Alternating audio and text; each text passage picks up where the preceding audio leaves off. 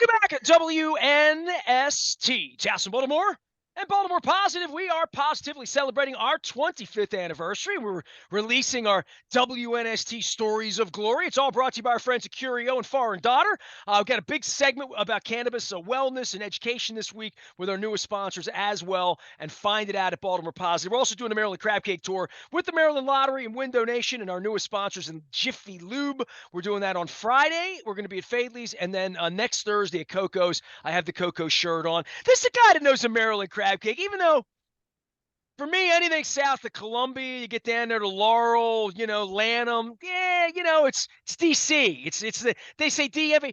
That's DC. This is Baltimore, but I know this guy got some crab cakes down there at the University of Maryland. He's now, I don't know, probably eating sushi or something out on the West Coast when he's around. You know him as the lights out linebacker defensive end sensation of the one-time San Diego Chargers, and of course the Maryland Terps, and promoting MMA and his MMA company, and talking some get after the quarterback and some Achilles as well. We welcome Shawne Merriman, our defending champion. Hey, how did the last matches go for you? I know you have another card coming up on October 7th. Yeah, we got a huge card coming up. Lights Out Extreme Fighting 11 will be up in Long Beach, and people can watch us on FUBO TV, FUBO Sports. We just we crossed over 75+ percent in viewership numbers. We just jumped into the top 5, I think, with FUBO Sports. And these are the next up and coming superstars, man. Like that to me is why I got into the business, and why I started run the organization and why we launched, because we wanted to give these next up and coming guys an opportunity to be seen before they make it to stardom, right? Like that part of it was missing in the sport. I'm glad that the fighters are reaching all over the country, man, to come and see us, get on the card and come fight, and so people can watch them on FUBO. Well, I'll tell you what, you're in a growth sport, but once they roll this football out, it's a little different this year for us because the baseball team, we're playing baseball in October here. We got a big series here. So, I mean, in your youth, you remember all that with Cal Ripken and whatnot. But once football starts, I mean, they've got that commercial they're running now, which is a little, sketchy given the gambling situation. That can it be scripted or it's unscripted? I mean, the Aaron Rodgers thing, just things like the Steelers stinking and Joe Burrow not being any good and the Lions beating the Chiefs and the Jets winning. I mean, the Cowboys blowing out the Giants. It's like, it really is a soap opera once this thing gets started, and everything else pales in comparison. It really does. Well, obviously, me being in combat sports now, having an organization, we all know that football will be king, and it always will be, especially here in this country.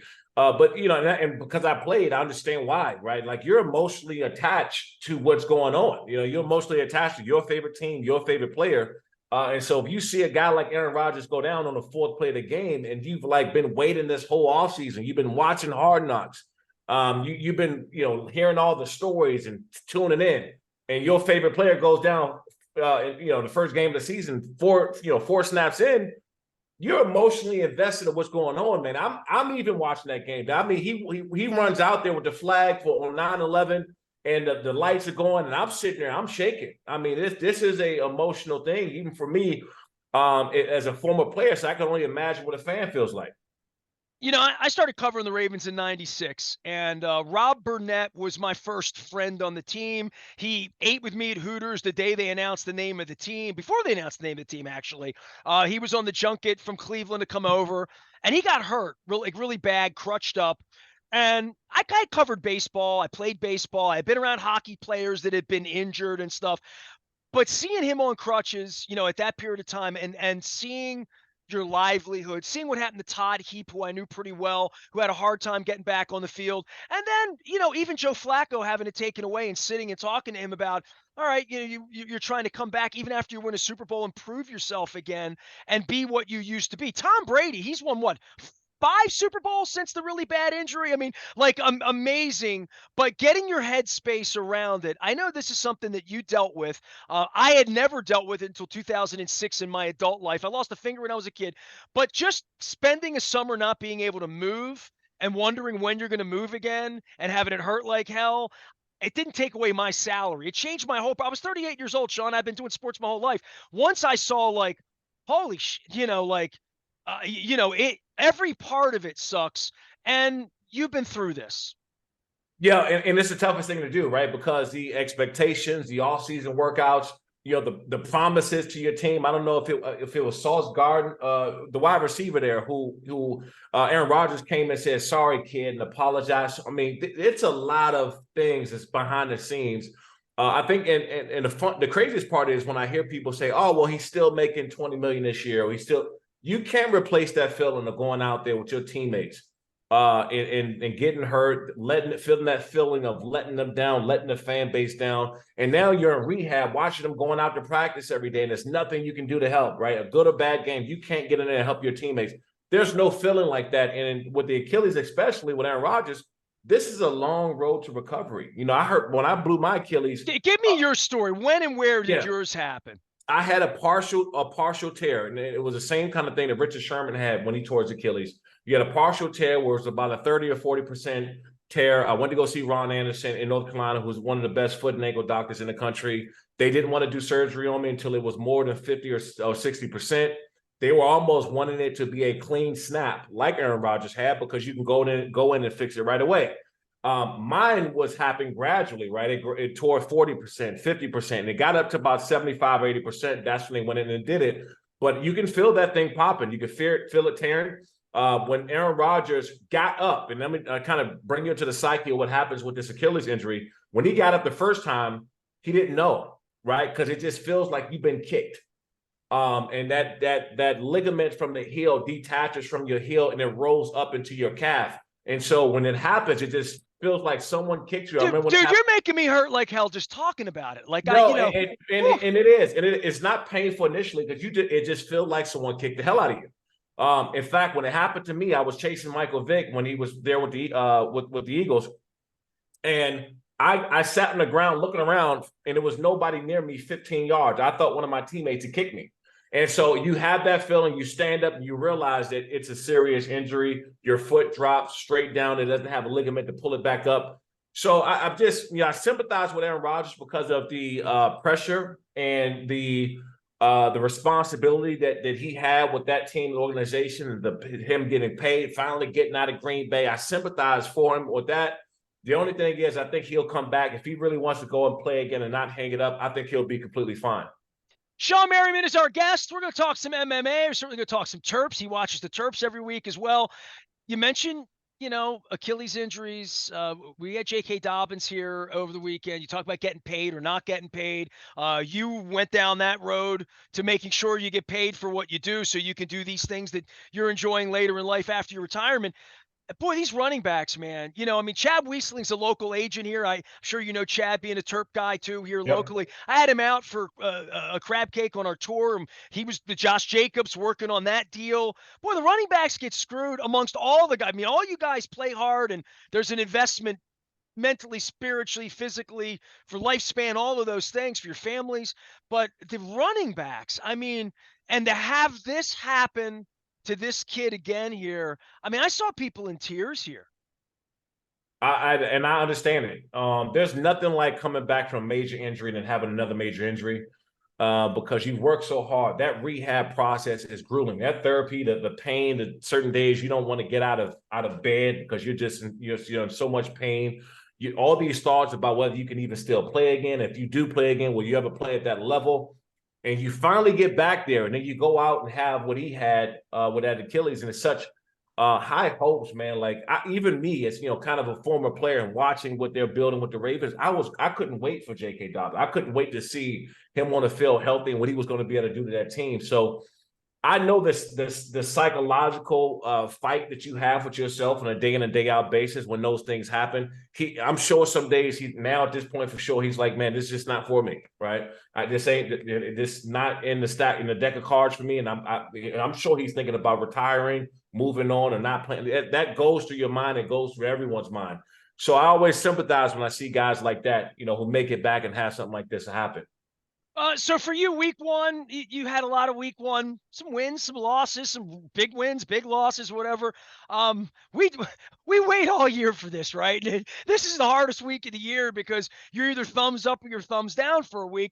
From the Ravens' perspective, they win the game, but it's like, like a complete Pyrrhic victory here. The center, the left tackle, the safety, the running back, everybody's banged up, trying to get Andrews back out on the field. And there's just that. Cincinnati, they got their ass kicked. You know, Pittsburgh got their ass kicked. I mean, Right.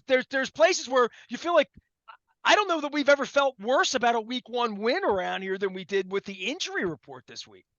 Yeah, and that's always the scariest thing, right? First of all, the week one is the toughest because it's unexpected. We don't have a lot of film on the starters. Most starters don't play during the preseason. So the first time we get a chance to see what that team actually is capable of doing is week one, right? And so now you're all excited, your team won, but one at what cost, right? Five guys injured. A couple of guys that's down for the year or a long period of time. Like you got to go through those emotional battles. They got to figure it out. And there's always going to be talk about the preseason and more games. I've seen some coaches coming out saying that maybe they should have more like just a longer period, whatever that is. At the end of the day, football is football. You cannot stop those injuries from happening, especially something freakish. With Aaron Rodgers' injury, that can happen to anybody in that standpoint, in that position he got put in. J.K. Dobbins, same thing that can happen. You can explode off of that Achilles. That Achilles can go at any point. I don't care if you had 10 preseason games. You already had that Achilles can go. By the way, that field was trash. I just want to point that out. That field was trash. No doubt about it. No doubt about the field was trash. I mean, no doubt about that. And I think that there's going to be some serious, conversation here with the NFL coming up saying, hey, guys, listen, we know that the cost benefits of having the turf and concerts here, and we're saving – $5 million a year or whatever that number is. But when you got a franchise quarterback like Aaron Rodgers going down the fourth play of the game, you got to at least look at it. J.K. Dobbins or some of these guys going down with season-ending injuries. Is that saving that $3 to $5 million a year in upkeep? Maybe it's a lot more. I'm just throwing a number out there. Is that upkeep a lot worse than your star guy going down? And I would debate that. Shawne Merriman is here. He still watches the Terps as well as man. First things first. Before I get the Terps and even your sport, how old are you now? 39. Dude, yeah, I was gonna say I thought you might have been a little older. Man, you're in a hell of a shape, man. What are you like? Are you training to fight? Doing that sort of train? Like, where are you at this point? Because you look like you could come back and I could get 12, 14 snaps out of you getting after the quarterback. I make a joke of it. I'm good for 20 plus snaps a game if I really wanted to. But for me, man, look, I think they're making that transition to combat sport because I train with a lot of the fighters. When we get off here, I'm going to spar, a couple of professional boxers here in a couple hours. I just like that discipline, right? I'm a 5 o'clock in the morning, 5:30, waking up every single day. I'm in the gym doing this and I'm working all day. I just think that transitioning because I'm so used to a regimen. That's all I know. It's that's so important for guys that retire, right? 100%. Right? No doubt about it. Man, look at you. You look like you're still playing, and I see other guys. No offense, the Ravens had a reunion last week. Some guys look really skinny who used to be big, and they look fit. Some guys the other way. So some guys a little doughy who were smaller guys. Like there's no basis for it. All of your world-class athletes, when you're 23, 25, 28, man, it's harder as you get older for all of us, really. It is. But it's more so of being consistent, right? Like I'll never be as strong as I was. I'm never going to move like I used to. Father Time's going to kick all of our asses at some point in time. It's going to get us, but you can for sure prolong it by just taking care of yourself and being consistent. Well, I'll tell you what, one thing's consistent. You watch the Terps play, and Coach Locks is down there trying to make this thing happen. Interesting game early in the season. You never know how, the Big Ten's Big Ten, but where are you on all of this in regard to the kid from Hawaii coming in and quarterbacking, which wasn't really the way it worked at Maryland for a long period of time, and the fact that the NIL money's there? I mean, there's a possibility here for things to change, at a place like Maryland for a thing like football and basketball. Yeah, no doubt about it. And, I was one of the guys that's lobbying to get Mike Locksley back there a long time ago. I've always said that when he was a running back coach there, he was a big part and a big reason why I went to University of Maryland, to Vernon Davis and E.J. Henderson, to Quell Jackson.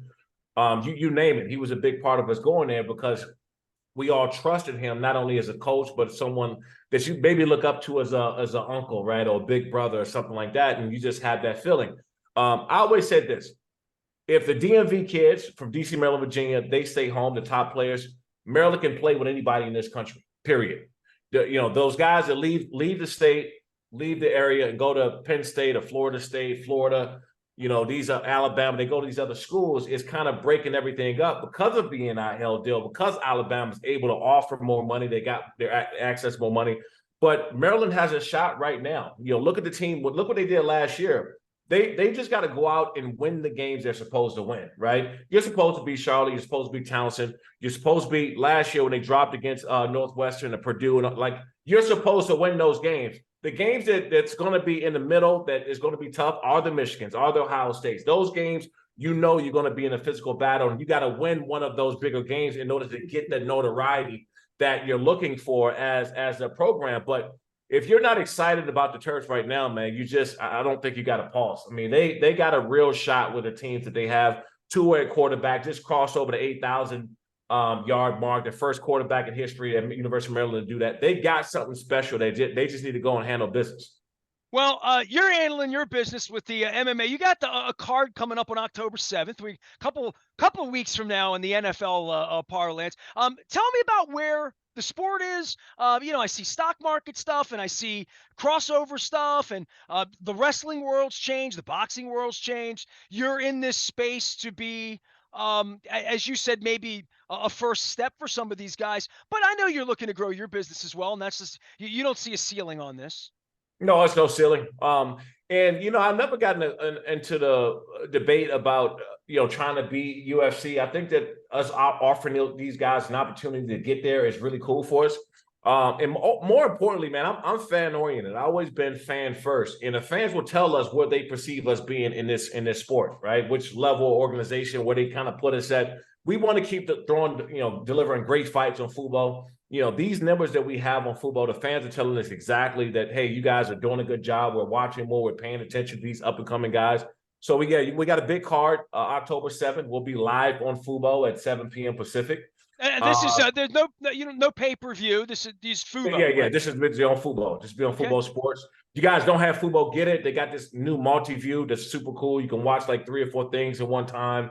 They got a lot of other cool programs on there. And for us to cross over to the top 5, top 10 most watched on FUBO Sports of all time, that they've been around for almost 8 years, right? International soccer. So to be up there with those guys is saying a lot. So I see the main event, Morales and Tolliver. Tell me about these young guys, because all these guys have a story, and I always talk about the gladiatorial nature of what you do, and that it's not necessarily always appealing to me, the violence, but these guys train so hard and they're working their way up. You got a poster, they're on it. There's a real story behind these two people. No, 100%. And so Albert Morales, he fought the UFC before. He's been there. He's a veteran. I've trained with both of these guys, both Musa and Tolliver. And I normally stay out of the matchmaking side of it unless I know there's bad blood, or unless I know that a gym doesn't like another gym, a manager doesn't like another manager. That's when I'll get involved and say, hey, I know these guys. I know these gyms. I know these managers. I know there's bad blood. Those are the fights that you want to put together. They're going to throw down and get after it for the fans. So we got, Tommy Aaron is on this card as well, who is a vet. We're really, really stacked up. We're going to announce a couple of former athletes, football players. A guy, AJ, who played at Oregon, played linebacker at Oregon. He's going to be fighting as an amateur. We can't find a fight for this guy because nobody wants to fight him. So my goal is to transition more of these former football players, NFL guys, over into Lights Out Extreme Fighting, man. That was a mission of mine, getting into this sport a long time ago. Well, not just the NFL guys that maybe don't make the NFL or right. College, right. Let me tell you, you got your world champions right now playing for the SEC that won't have a shot at the NFL, right? Only play 1 or 2 years. Say, you know what, my time is done here. I'm not going to make it. I'm still physically fit. I want to go compete in something else. And now there's real money in this sport, real opportunity. That's where you're seeing these guys making a transition now. Lights Out Extreme Fighting. It is on FUBO Sports. That's FUBO. Lights Out 11. It's Saturday, October the 7th. Thunder Studios, Thunder in Long Beach. Hey, man, you're young. You're like way younger than me. You Richard Pryor guy? I am. Richard Pryor did the whole thing in the red suit of, my ass ain't going to Long Beach. So Long Beach on October. Long Beach is beautiful, man. I drove down there, down the one, down toward Huntington. And, I tell anybody, it's one of the most beautiful places on earth, that part of the world. It is. Making that drive from LA down to San Diego on the coast. But you're in Vegas, right? I'm in Vegas, obviously, because I still do a lot of work with the Chargers. I'm in LA a lot. But I'm everywhere, man. I'm on a plane every 5 to 7 days. I'm in Missouri Saturday at the PBA, the rodeo with Bass Fishing Pro. Got a bunch of meetings going to the big show there. So I'm wherever an airport is. That's where I live. He's being Shawne Merriman, and he stops everything Saturday whenever the Terps kick off to watch the Terps play. Lights Out fighting. It's October the 7th, the fights. Morales and Tolliver. It's on FUBO, and you can learn more at lightsoutxf.com. And you can find us at Baltimore Positive. Appreciate you, Shawne. Thanks for stopping by. Crab Cake sometime soon. Maryland Crab Cake Tour going to be at Fadley's on Friday, going to be at Coco's on Thursday, and we are at the Nest on Friday night celebrating Oriole baseball in all of its glory. First place glory. We'll be there having some booze, wearing some black, and celebrating Adam Jones. I have a Dear Adam Jones letter up at Baltimore Positive as well. Bringing the fun back for baseball, and the Ravens are in Cincinnati. Stay with us.